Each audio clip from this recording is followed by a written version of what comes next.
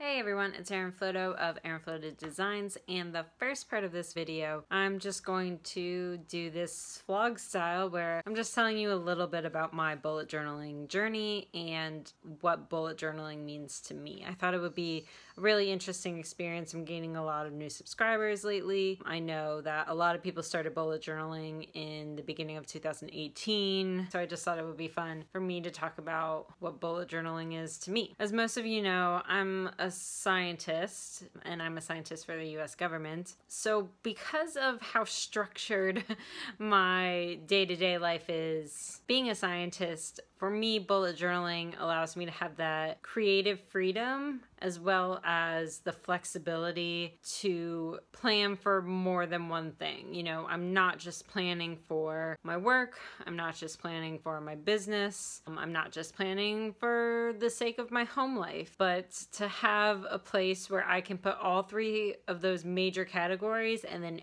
anything else that may come along in my life, like planning a wedding, for example. I just got engaged at the end of last year, but planning a wedding, I need some flexibility for that also, because I feel like every wedding is very unique, every job's very unique, every business is very unique. So bullet journaling has allowed me to have a creative outlet for being artistic, allowing for the flexibility to manage so many different worlds in my life.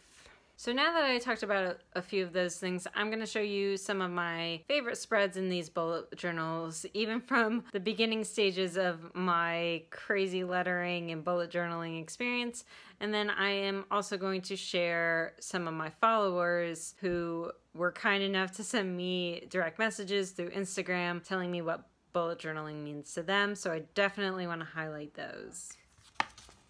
The first one I'm going to show you is when I was doing Diet Bet for the first time. But I love how I put these little scales on here, and I was really proud because I had the dates and all this kind of stuff.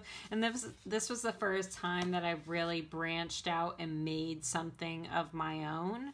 And then this was the first time I did habit trackers. And it's funny because this way of doing it, these little mini trackers, have really been the best way that I have found to track habits for me. So once I realized that this was working for me, and I left this notebook because it was blank, and it was just kind of a lot to make the spreads all the time, I migrated a bunch of things over into this one. And again, I just love this Diet Bet spread that I had. This, I think, is when I first started watching Cara Bohoberry, because I'm pretty sure that's the only reason why I would just have like a mandala in the corner here, because she loves mandalas, if you guys didn't know. And then this is when I really started doing these, like, I really started getting more comfortable and familiar with using these bigger brush pens in my spreads. I think this is actually one of my favorite cover pages of all time and my favorite months of all time, because I did these Zentangle designs and I had this awesome moody Myrtle,